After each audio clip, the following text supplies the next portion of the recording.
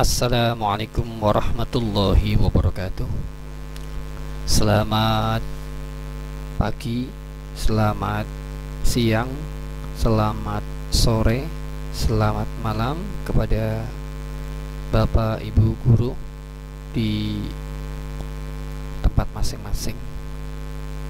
Kali ini saya akan membacakan, bukan memberikan bimbingan teknis ya, karena saya sendiri juga berusaha memahami tentang bagaimana mengimplementasikan kurikulum merdeka.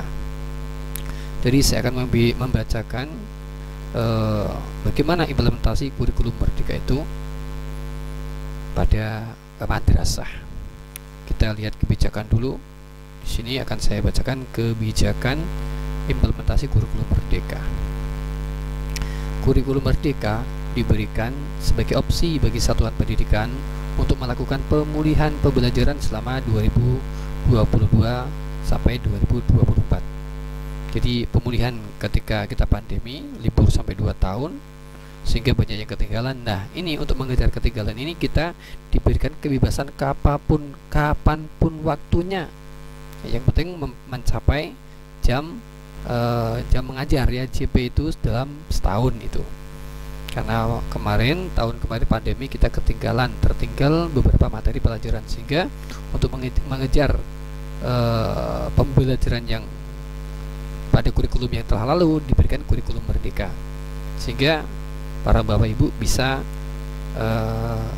menyampaikan materi pelajaran kapan waktunya. Ini adalah sebagai jawaban daripada ketika kita tertinggal dalam masa pandemi itu. Kebijakan kurikulum nasional akan dikaji ulang pada 2024 berdasarkan evaluasi selama masa pemulihan pembelajaran. Jadi paling tidak kita pada tahun 2024 sudah semuanya madrasah melaksanakan kurikulum merdeka ini. Jangan sampai kita mepet waktu pas 2024 baru melaksanakan kurikulum merdeka. Nah, karena itu pada tahun-tahun di pertengahan ini kan kedua ya. Pada tahun yang lalu sudah pertama, ya ini bimbingan kedua. Jadi jangan sampai nanti di 2024 baru mau melaksanakan. Oke. Langsung saja, di sini ada di kurikulum 2013 ini pra pandemi. Masih normal kan? Nah, selama pandemi ada 21 ini masa darurat sangat.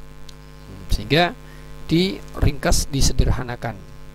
Nah, selama masa pandemi ini itu darurat masih ya, dan kurikulum prototipe di SP dan SMK ya. Jadi ini juga masih darurat, cuman sudah melakukan kurikulum prototipe.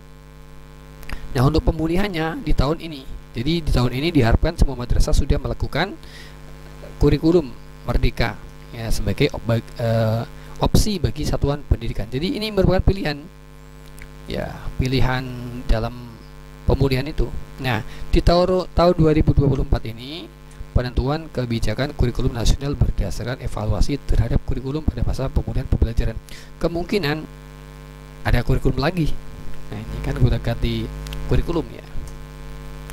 Bagaimana implementasi kurikulum merdeka di madrasah?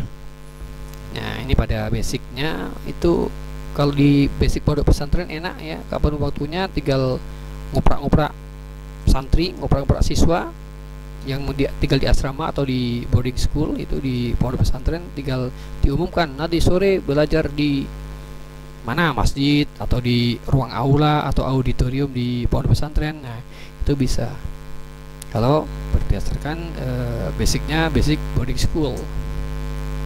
Nah, implementasi kurikulum merdeka di madrasah mengacu pada, jadi ada dua kebijakan di sini ya. Jadi ya ini dari KMA, Kementerian Agama nomor 347 tahun 2022 tentang pedoman implementasi kurikulum merdeka pada madrasah. Yang kedua, keputusan Mendikbudristek ya, nomor 262 /M/2022 tentang perubahan atas keputusan Mendikbudristek nomor 56/M tahun 2022 tentang pedoman penerapan kurikulum dalam rangka pemulihan pembelajaran. Nah, ini pertimbangannya Ya, pertimbangan di kebijakan tadi ya. Itu kurikulum merdeka ditetapkan oleh Kementerian Pendidikan, Kebudayaan, Riset dan Teknologi. Kebijakan implementasi kurikulum merdeka pada madrasah diatur oleh Kementerian Agama dengan dilakukan adaptasi sesuai dengan A. Pengembangan kekhasan nilai-nilai madrasah. Jadi madrasah mempunyai wewenang, bisa jadi ya, wewenang atau hak untuk mengembangkan kekhasan, misalnya tahfidz Quran, tahsin, atau pembelajaran kitab kuning, atau apapun yang merupakan ciri khas di madrasah itu ya, yang mau ditonjolkan apa. Yang B, kebutuhan pembelajaran di madrasah. Jadi menyesuaikan adaptasi kebutuhannya apa, menyesuaikan peserta didik yang dibutuhkan kira-kira apa, dah itu dikejar, ditargetkan. Kebijakan implementasi kurikulum di madrasah. Madrasah dapat memilih 1. Madrasah menerapkan kurikulum 2013. Jadi masih mengacu kurikulum 2013 ya, dengan standar isi, kompetensi inti, kompetensi dasar yang ditetapkan oleh pemerintah. Dengan memberi kewenangan madrasah melakukan kreasi dan inovasi. Jadi boleh menerapkan ini kurikulum 2013. Jadi melakukan kreasi ya, kreativitas, jadi apa namanya ya, ide-ide dan inovasi ya, metode pembelajaran yang menarik dalam mengembangkan kurikulum operasional di masing-masing madrasah. Yang kedua, madrasah menerapkan kurikulum merdeka dengan standar isi dan capaian pembelajaran. Jadi ada CP ya tadi yang ditetapkan oleh pemerintah. Dengan memberi kewenangan, madrasah melakukan kreasi dan inovasi dalam mengembangkan kurikulum operasional di madrasah masing-masing. Jadi bebas mau inovasi seperti apa, berkreasi seperti apa. Yang penting nilainya tadi apa, CP, KIKD-nya itu tercapai. Mekanisme pelaksanaan kurikulum merdeka di madrasah. Mekanisme pelaksanaan kurikulum merdeka di madrasah sebagai berikut. 1. Madrasah secara mandiri melakukan persiapan implementasi kurikulum merdeka. Jadi mandiri ya, jadi mau diatur bagaimana jamnya, sore, siang, pagi, malam, itu bisa ya, tapi tetap dibutuhkan kurikulum, ada waktunya. Yang kedua, madrasah menyusun dan mengembangkan kurikulum operasional madrasah sesuai visi, misi, tujuan dan kekhasan madrasah. Jadi berangkat dari ini visi misi madrasah itu. Yang ketiga, madrasah yang sudah siap menerapkan kurikulum merdeka mengajukan usulan secara online melalui aplikasi PDUM. Jadi mengusulkan ya. Kalau di madrasah berarti mengusulkan melalui Dikmat Kemenak ya. Nanti ada balasan rekomendasi, atau bisa di PDUM. Disertai surat rekomendasi dari kantor Kementerian Agama Kabupaten Kota. Nah, kita sudah mendapatkan itu. Jadi sudah mendapatkan balasan ya untuk menerapkan kurikulum merdeka. Nomor 4, Kanwil Kementerian Agama Provinsi melakukan verifikasi dan persetujuan. Selanjutnya diusulkan ke Kemenak Pusat. Direktorat Jenderal Pendidikan Islam menetapkan madrasah pelaksana kurikulum merdeka. Jadi dirjennya ini menetapkan setelah ada rekomendasi, akhirnya ditetapkan. Strategi pelaksanaan kurikulum merdeka di madrasah. Bagaimana strateginya? Di sini pelaksanaan kurikulum merdeka di madrasah ditentukan sebagai berikut. 1. SI, standar isi. CP, capaian pembelajaran mata pelajaran selain pendidikan agama Islam dan bahasa Arab mengacu pada peraturan yang ditetapkan oleh Kemendikbudristek. Jadi istilahnya menggunakan tidak KIKD ya. Kalau di sini mencapai SI, CP. Yang kedua, standar isi dan capaian pembelajaran mata pelajaran pendidikan agama Islam dan bahasa Arab mengacu pada peraturan yang ditetapkan oleh Kementerian Agama. Jadi di sini CP itu adalah kompetensi dan karakter yang akan dicapai peserta didik setelah menyelesaikan pembelajaran kurun waktu tertentu. Jadi semacam kompetensi ya. Ya KIKD itu tadi di Kurtilas. Cara menggunakan CP, capaian pembelajaran dalam merancang pembelajaran di kelas. Berkolaborasi dengan guru, satu fase ya. Misalnya saya berkolaborasi dengan guru bahasa Arab, misalnya bahasa Inggris, bab apa gitu kan, bab degrees of comparison dengan isim tafdhil, atau bab jumlah ismiyah fi'liyah ya dengan kalimat verbal dan nominal di dalam bahasa Inggris. Itu bisa nanti diajak berkolaborasi untuk mempraktekkan itu. Menurunkan CP menjadi tujuan-tujuan pembelajaran dengan tingkat kesulitan materi yang berjenjang sehingga membentuk satu alur. Mengembangkan TP yang sudah mencakup aspek sikap, pengetahuan, dan keterampilan beserta materi atau konten inti dari materi pembelajaran ya, isi.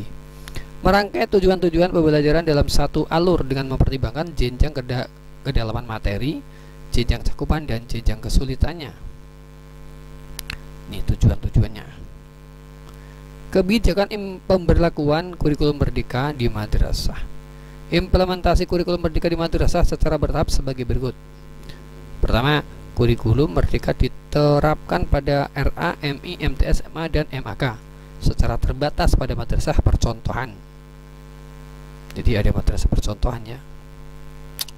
Tahun pelajaran 2022-2023 berdasarkan ketetapan Direktur Jenderal Pendidikan Islam. Yang kedua, pada tahun pertama diterapkan pada peserta didik RA usia 4-5 tahun kelas 1 dan 4 MI, kelas 7 MTS dan kelas 10 MA MAK, sedangkan peserta didik kelas 2, 3, 5, 6, 8, 9, 11 dan 12 masih menggunakan kurikulum 2013. Jadi masih diacak ya. Makanya kemarin di penerimaan rapot itu tidak ada semacam peringkat. Katanya semester ini menggunakan kurikulum ini, yang semester genap menggunakan semester ini. Jadi agak-agak ini acak-acakan. Terus pada tahun ketiga diterapkan pada peserta didik RA usia 4-6 tahun kelas 1, 2, 3 sampai 6, MI kelas 7, 8, 9 MTS dan 10, 11, 12 MA MAK. Jadi bertahap ya, tahun pertama, kedua, ketiga. Ada dua pilihan implementasi kurikulum merdeka di madrasah. Madrasah yang telah ditetapkan sebagai pelaksana kurikulum merdeka dapat memilih dua pilihan dalam mengimplementasikan kurikulum merdeka sebagai berikut. 1. Menerapkan beberapa bagian dan prinsip kurikulum merdeka tanpa mengganti kurikulum satuan pendidikan. Ya, jadi tidak merubah, tidak diganti. Hanya menerapkan bagian-bagian, beberapa bagian yang digeracakap ya, bisa. Misalnya menerapkan proyek penguatan profil pelajar Pancasila sebagai co-kurikuler atau ekstrakurikuler dengan konsekuensi menambah atau merelokasi jam pelajaran. Menerapkan pembelajaran sesuai tahap capaian peserta didik. Yang kedua, menerapkan kurikulum merdeka dengan pengembangan berbagai perangkat ajar oleh satuan pendidikan.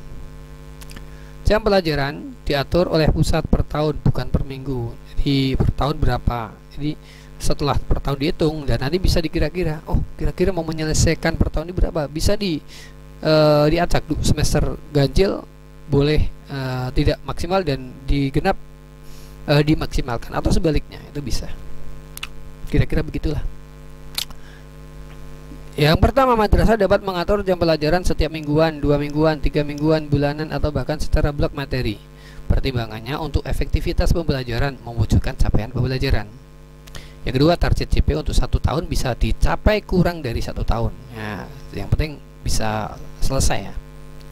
Madrasah akan lebih fleksibel merencanakan model pembelajaran dalam mewujudkan capaian pembelajaran. Model pembelajaran dapat konvensional, kolaborasi, beberapa mapel untuk satu tema yang sama berbasis proyek pembelajaran, blok, dan sebagainya. Jadi kalau misalnya sama, ya boleh satu tema proyeknya. Struktur kurikulum merdeka madrasah sanawiyah. Kita lihat strukturnya ini ya. Ini asumsi 1 tahun 36 pekan dan 1 JP 40 menit untuk kelas 7 dan 8. Sedangkan 32 pekan dan 1 JP 40 menit untuk kelas 9. Jadi sama-sama 40 menitnya. Coba kita lihat alokasi waktu per tahunnya. Jadi di sini ada mata pelajaran Al-Qur'an, hadis, akidah, alaq, fikih, SKI. Ini masing-masing 72, 728 dan 64 untuk kelas 9. Sedangkan bahasa Arab 108, 72 kelas 8, 108 untuk kelas 7 ya. Berarti masing-masing 3 ini. Ini per apa ini ya? Per tahun ya. Ini lihat kita per tahun ini. 2, 64. Dan dan seterusnya. Pancasila 72, 72, 64. Bahasa Indonesia 150. Jadi ini 5, 3. Ini per tahun ya. Matematika 144, 144, 160. Ilmu pengetahuan alam 144, 144, 160. IPS 108, 108, 128. Bahasa Inggris 108, 108, 128. Untuk penjas olahraga dan kesehatan 72, 72, 96. Informatika 72, 72, dan ini kelas 9 gak ada informatika. Oke, dan ini ada mata pelajaran seni dan prakarya ini. Musik, rupa, teater, tari, dan ini masing-masing disatukan menjadi sama ya, 72, 72, 96. Penjelasan struktur kurikulum Merdeka Madrasah Tsanawiyah. Baik, kita lanjut ya. Jadi penjelasan struktur kurikulum Merdeka Madrasah Tsanawiyah. Jumlah total CP jam pelajaran dalam struktur kurikulum dari pusat tidak termasuk muatan lokal dan mata pelajaran tambahan yang diselenggarakan madrasah. Jadi total CP itu tidak termasuk muatan lokal di madrasah atau ciri khas madrasah itu tidak termasuk ya. Madrasah mengalokasikan 20-30% jam pelajaran itu di luar jam ekstrakurikuler untuk proyek penguatan profil pelajar Pancasila dan rahmatan lil alamin. Madrasah dapat melakukan penambahan dan atau merelokasi jam pelajaran sesuai dengan kebutuhan dan ketersediaan waktu di madrasah. Madrasah dapat melaksanakan layanan pembelajaran dengan sistem paket dan atau SKS. Jadi paketan bisa ya, kayak kuliah gitu. Beban belajar bagi penyelenggara pendidikan dengan SKS dilaksanakan sesuai peraturan perundang-undangan yang mengatur mengenai SKS. Beban belajar bagi penyelenggara pendidikan dengan sistem kredit semester dilaksanakan sesuai dengan ketentuan peraturan perundang-undangan yang mengatur mengenai SKS. Ya seperti di ini perkuliahan ini. Kegiatan pembelajaran di madrasah.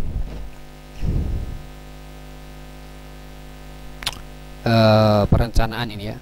Proses pembelajaran di madrasah merupakan satu kesatuan aktivitas yang saling terpadu, meliputi perencanaan, pelaksanaan, dan penilaian atau asesmen pembelajaran.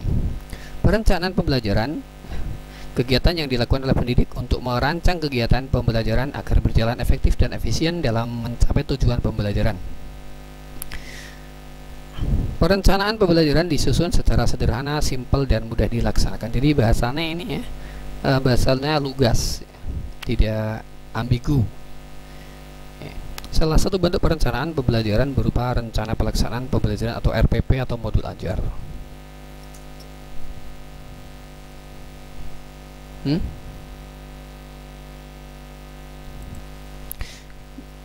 Kegiatan pembelajaran di madrasah. Pembelajaran merupakan proses interaksi peserta didik dengan pendidik dan sumber belajar pada suatu lingkungan belajar dengan memperhatikan prinsip-prinsip sebagai berikut. 1. Penguatan pola pembelajaran religius. Jadi harus ada nilai religius ya. Ini misi utama. Dengan menjadikan nilai-nilai akhlak dan pemahaman yang moderat sebagai inspirasi cara berpikir, cara bersikap, dan bertindak pada proses pembelajaran di madrasah. Sekarang lagi ini kejar-kejarnya moderasi beragama. Nah intinya ini dari religius, tapi religius yang tidak kelewatan, ada juga moderasinya, toleransinya ya. Yang kedua, menerapkan pembelajaran aktif dan pengalaman langsung peserta didik. Yang ketiga, berbasis perbedaan individual dengan memperhatikan 4 tipe belajar peserta didik, yaitu tipe auditori, yaitu mendengarkan, visual memperhatikan atau melihat, kinestetik itu praktek ya, atau psikomotorik bisa ya, praktek, dan campuran. Jadi bisa ketiga-tiganya. Yang keempat, sesuai kebutuhan peserta didik yang beragam sehingga pembelajaran menyenangkan dan bermakna bagi peserta didik dan lain-lain. Ada dan lain-lainnya nih. Nah, ini kegiatan pembelajaran di madrasah, ini penilaiannya. Tadi apa ya? Pelaksanaan ya, sekarang penilaiannya. Jenis dan bentuk penilaian. Penilaian hasil belajar peserta didik meliputi penilaian formatif, bertujuan untuk memantau dan memperbaiki proses pembelajaran serta mengevaluasi pencapaian tujuan pembelajaran. Ini evaluasi, harus ada evaluasi ya.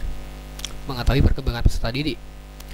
Yang kedua, penilaian sumatif, bertujuan menilai pencapaian hasil. Ya, kalau tadi memperbaiki ya, ini hasil belajar peserta didik sebagai dasar penentuan kenaikan kelas dan kelulusan dari satuan pendidikan. Ini mungkin ya semacam apa ya, tes bersama. Penilaian hasil belajar peserta didik dapat berbentuk tes tulis, praktek, penugasan, portofolio, dan atau bentuk lain yang ditetapkan oleh madrasah. Yang intinya tadi evaluasi itu ada nilainya. Pengembangan karakter peserta didik, di sini ada profil pelajar Pancasila. Pelajar Indonesia merupakan pelajar sepanjang hayat yang kompeten, berkarakter, dan berperilaku sesuai nilai-nilai Pancasila.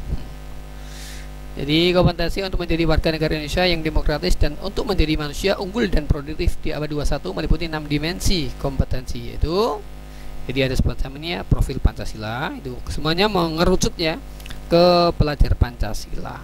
Karena semua kegiatan apapun, organisasi apapun, partai apapun harus berasaskan Pancasila.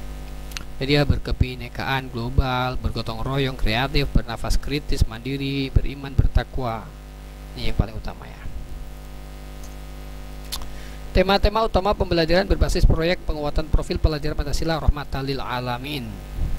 Ada ini, pemerintah menyediakan 7 tema utama yang dapat dikembangkan oleh madrasah dalam penguatan profil pelajar Pancasila sebagai berikut. Bangunlah jiwanya, bangunlah badannya. Nah, ini kan ada apa namanya, bangun jiwa dan raga.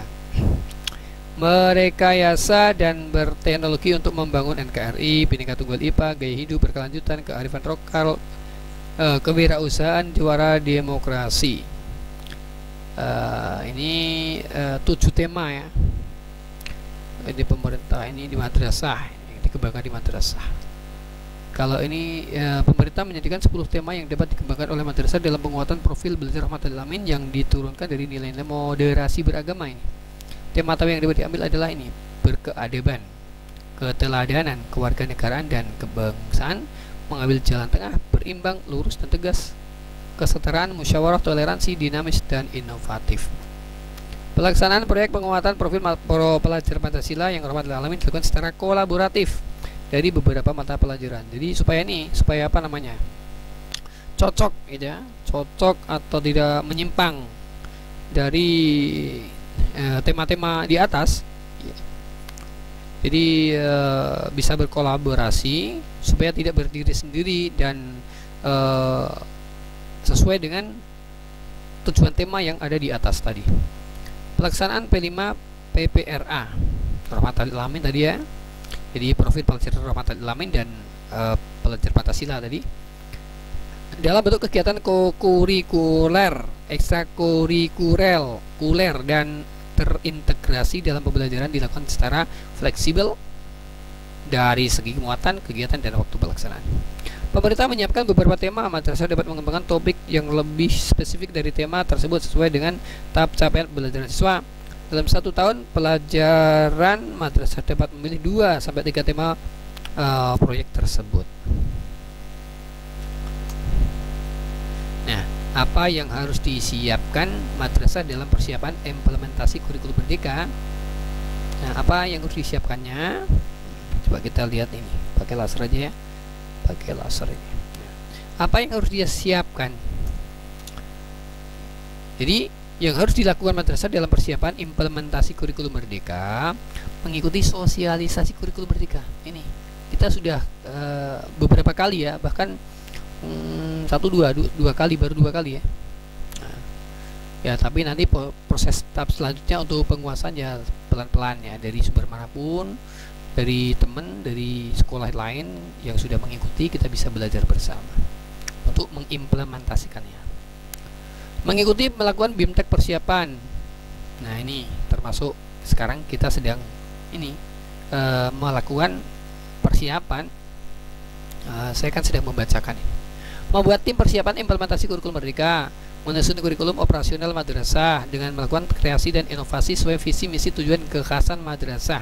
Guru menyiapkan perangkat pembelajaran, ini biasa RPP modul wajib ya, sesuai spirit kurikulum merdeka, mandiri, kolaboratif, dan fleksibel. Jadi spirit kurikulum merdeka ini ada 3: mandiri, kolaboratif, fleksibel. Nah ini harus ini santai aja, Ada fleksibel, santai, kolaboratif, bisa bareng-bareng guru lainnya, dan mandiri. Kita bisa mengatur jam kita sendiri. Madrasah melakukan sosialisasi kepada stakeholder atau warga madrasah untuk menambah wawasan, dapat melakukan sharing dengan sekolah lain yang telah lebih dulu melaksanakan kurikulum merdeka. Jadi bisa saling banding lah. Oke, terima kasih, itu yang dapat saya sampaikan. Semoga ada manfaat, dan mohon maaf apabila ada kekurangan dari saya. Saya juga lagi proses belajar, lagi berusaha mendalami tentang bagaimana implementasi kurikulum merdeka. Oke, terima kasih. Wassalamualaikum warahmatullahi wabarakatuh.